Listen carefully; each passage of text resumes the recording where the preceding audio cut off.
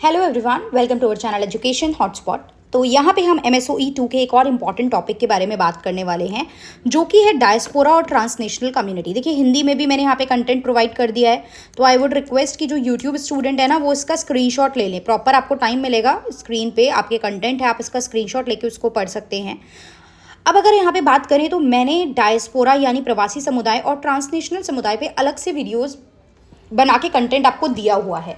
तो अगर एग्जाम में इनका डिफरेंस पूछेगा तो मीनिंग तो आप वही वाला कंटेंट से यूज़ करेंगे जो मैंने ऑलरेडी प्रोवाइड करा रखा है, राइट। मीनिंग आप वही वाला यूज़ करेंगे जो मैंने ऑलरेडी प्रोवाइड करा रखा है। यहाँ पे मैं सिर्फ एक टेबुलर फॉर्म में आपको डिफरेंस समझाने की कोशिश कर रही हूँ, बाकी कंटेंट आप लोग वहीं से पिक करेंगे। तो पहले प्रॉपर मीनिंग से हम लोग देख लेते हैं। डायस्पोरा का मतलब क्या होता है कि किसी भी कंट्री के जो लोग बाहर रह रहे हैं वो उस कंट्री के लिए उसके डायस्पोरा हो जाते हैं। Population spread from their original homeland, अपना जो उनका होमलैंड है उससे मल्टीपल कंट्रीज़ में जो पॉपुलेशन जा रही है। अब जब मल्टीपल कंट्रीज़ में आपके यहाँ के लोग जा रहे हैं तो एक कल्चरल, इकोनॉमिक, सोशल टाइज बन जाते हैं कंट्री से अलग अलग एस्पेक्ट में। तो ये होते हैं डायस्पोरा। ट्रांसनेशनल कम्युनिटी, आप देख रहे हो कम्युनिटीज़ मतलब ग्रुप। कम्युनिटीज़ कभी एक जने से तो नहीं कम्युनिटी बन रही है ना, तो ग्रुप जो सोशल, इकोनॉमिक और पॉलिटिकल कनेक्शन बना के रख रहे हैं आपके नेशन बॉर्डर के आउटसाइड भी, मतलब not with in your country, वो बाहर की कंट्री से भी एक कनेक्शन बॉन्ड बना के चल रहे हैं। चाहे वो इकोनॉमिक टर्म में हो, चाहे वो सोशल टर्म में हो, चाहे कुछ पॉलिटिकल हो, चाहे कल्चरल हो, कुछ भी फॉर्म हो सकती है। फॉर्मेशन एंड हिस्ट्री की बात करें तो देखिए, डायस्पोरा तो बहुत सारे हिस्टोरिकल इवेंट, कई बार जैसे माइग्रेट कर गए लोग, कॉलोनी बनाया तो एज अ लेबरर काम कराने के लिए ब्रिटिशर्स यहाँ से लोगों को ले गए थे, स्लेव ट्रेड होता था। तो ये सब कारण है जिस वजह से डायस्पोरा हमें अलग अलग कंट्री में देखने को मिलते हैं। और आज की डेट में तो इकोनॉमिक रीजन है, एजुकेशन रीजन है, जिस वजह से लोग माइग्रेट कर रहे हैं। तो माइग्रेशन में ही आ जाएंगे वो पॉइंट, है ना। ये क्या है, ये आपके माइग्रेशन एंड ग्लोबलाइजेशन की वजह से, ग्लोबलाइज भी तो हो गया है ना world, now all the countries are interconnected, technologically चीज़ें बहुत ज़्यादा आ गई हैं। ICT का पॉइंट भी लिख सकते हो, ये सब बहुत स्ट्रांग हो गया है, जिस वजह से ट्रांसनेशनल कम्युनिटी हमें देखने को मिलती है। नेचर ऑफ टाइज, यहाँ पे शुरुआत में तो कल्चरल और इमोशनल टाइज अपने होमलैंड से लोगों की जुड़ी होती है, मतलब देखने को मिलता है हमें कि they are culturally and emotionally connected with their country. For example, कोई इंडियन बाहर रहने गया है, 10-12 साल हो गए हैं रहते हुए, फैमिली वहीं आगे कर रहे हैं, लेकिन अब उनकी कंट्री और इंडिया का मैच होगा तो deep inside they have the emotional bond with India ना, तो they want India to win, right. तो ये इमोशनल और एक आपका कल्चरल बॉन्ड रहता है। अब ट्रांसनेशनल कम्युनिटी में बहुत सारे तरीके के कनेक्शन हो सकते हैं, मल्टी फेसेट, मतलब इकोनॉमिक भी, सोशल भी, पॉलिटिकल भी, डिपेंड करता है। कई बार तो ऐसी ऑर्गेनाइजेशन, ऐसी कम्युनिटी होती है जो सिर्फ इकोनॉमिक एस्पेक्ट पे काम कर रही हैं, कुछ कल्चरल लेवल पे काम कर रही हैं, तो दैट डिपेंड। लेकिन हाँ, मल्टी फेसेट हो सकता है, बहुआयामी हो सकता है। बहुत सारे कम्युनिटीज़ जो है वो बहुत सारे किसी भी सेक्टर पे काम कर सकती हैं।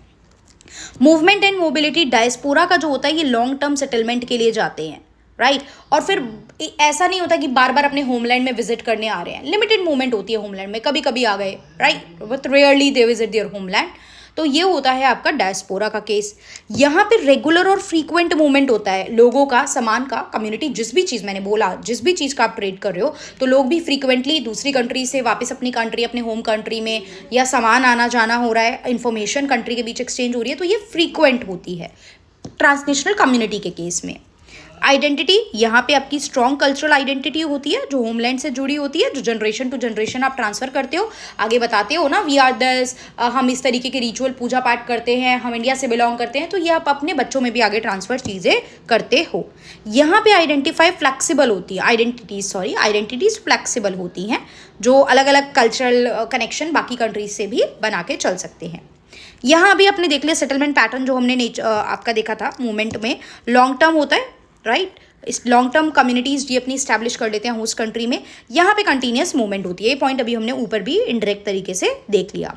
यहाँ पे शुरुआत में कल्चरल एंड सेंटिमेंटल एंगेजमेंट रहती है होमलैंड से, और यहाँ पे again that all the different aspect हमें यहाँ पे देखने को मिलते हैं, राइट। एग्जाम्पल में इन्होंने कुछ डायस्पोरा के नाम मेंशन करें, जैसे ज्यूइश डायस्पोरा, इंडियन डायस्पोरा। यहाँ पे मैक्सिकन ट्रांसनेशनल कम्युनिटीज़ देखने को मिलती है US में, फिलीपींस में, ये कुछ एग्जाम्पल, यहाँ पे एक आध एग्जाम्पल हम कोट कर सकते हैं। पॉलिटिकल इन्फ्लुएंस, यहाँ पे लिमिटेड डायरेक्ट पॉलिटिकल एंगेजमेंट होता है। मतलब कोई पर्सन आपका डायस्पोरा का कोई दूसरी कंट्री में गया है तो आपका पॉलिटिकल रूल्स उस पर अप्लाई नहीं हो रहे हैं। आपका फॉर एग्जाम्पल अगर आप कोई इकोनॉमिक लॉ ला रहे हो, फॉर एग्जाम्पल आप अपनी कंट्री में जीएसटी टैक्स सिस्टम लाए, तो वहाँ बैठे उस पर्सन पे तो अप्लाई नहीं हो रहा है ना। आप यहाँ कोई रूल ला रहे हो, वो पर्सन बाहर है, वहाँ की सिटीजनशिप है उसके पास, तो वो नहीं अप्लाई हो रहा है उस पर। तो लिमिटेड होमलैंड में जो भी रूल्स आते हैं पॉलिटिकली या कुछ भी, तो पॉलिटिकल इन्फ्लुएंस बाहर उस पर बहुत कम पड़ता है पर्सन पे जो भी बाहर रह रहा है। डन। और यहाँ पे एक्टिव पॉलिटिकल एंगेजमेंट रहता है होम कंट्री में भी और होस्ट कंट्री में भी, क्योंकि काम ही इसी तरीके का है ना। इकोनॉमिक सोशल जो भी आप एक्सचेंज करोगे तो उसमें आप दोनों जगह को कंसीडर करके चलते हो। कल्चरल रिटेंशन की बात की जाए तो यहाँ पे स्ट्रॉन्ग फोकस किया जाता है, लैंग्वेज, ट्रेडिशन, कल्चर, इन्हीं सब चीज़ों से ट्रांसफर होता है ना। आपकी जो संस्कृति है वो इन्हीं सब चीज़ों से आगे जाती है। यहाँ पे ब्लेंड करते हो आप कल्चरल प्रैक्टिसेस को दोनों कंट्री की, होम और होस्ट कंट्री की, तो एक हाइब्रिड कल्चरल बनता है। डन। ये सब हिंदी में भी लिखा हुआ है परिभाषा, जो अपने मूल निवास के स्थान से कई देशों में फैल गई है, और ऐसे समूह जो परिवहन और संचार तकनीकों द्वारा, मतलब क्योंकि इतना स्ट्रॉन्ग और एडवांसमेंट आ गई है इसलिए सामाजिक, आर्थिक और राजनीतिक संबंध बनाए रखते हैं। तो ये सारे पॉइंट जो भी मैंने ऊपर समझाए ये हिंदी में भी हैं। आप लोग प्रॉपर इसका स्क्रीनशॉट ले सकते हो। I am giving you the time, 1 minute लेके आप ये टॉपिक्स का स्क्रीनशॉट लीजिए। इंग्लिश का इतनी देर से मैं समझा रही थी, आई होप जो यूट्यूब स्टूडेंट है उन्होंने स्क्रीनशॉट ले लिया होगा। और अब आप इसको क्या कर सकते हो, पॉज करके स्क्रीनशॉट ले लीजिए और आप इसको प्रॉपरली क्या कर सकते हो, आफ्टर द वीडियो आप इसको रीड भी कर सकते हो, सो दैट आपको पॉइंट समझ में आ जाए। एंड इन केस कोई दिक्कत है तो आप यहाँ कमेंट करके पूछ सकते हो। पेड क्लासेस के स्टूडेंट अपने जो व्हाट्सअप ग्रुप है वहाँ पे मुझे मैसेज करके अपने डाउट क्लियर कर सकते हैं।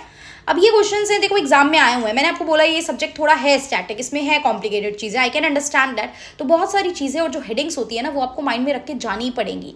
वहाँ आप सोचोगे बना के लिख देंगे, नहीं कर पाओगे। काफ़ी टॉपिक हमने करे हैं, बॉलीवुड का क्या रोल होता है, ग्लोबलाइजेशन किस तरीके से इम्पैक्ट करता है, ट्रांसनेशनल कम्युनिटी क्या है, डायस्पोरा और उसके क्रिटिकली इवेलुएट करना, तो मैं काफ़ी सारे टॉपिक ऑलरेडी आप लोगों को करा चुकी हूँ। सो उम्मीद करी हूँ कि आप लोगों ने वो सब टॉपिक देख भी लिए होंगे। नहीं देखे हैं तो प्लीज़ उसको कंप्लीट करें as soon as possible, because tomorrow is your exam. I think कल आप लोगों का एग्जाम है, if I am not wrong, please let me correct. अगर मतलब एग्जाम की डेट एक बार आप लोग और कंफर्म कर देंगे और कोई डाउट है तो आप लोग कमेंट करके पूछ सकते हैं। So that's all, thank you for watching.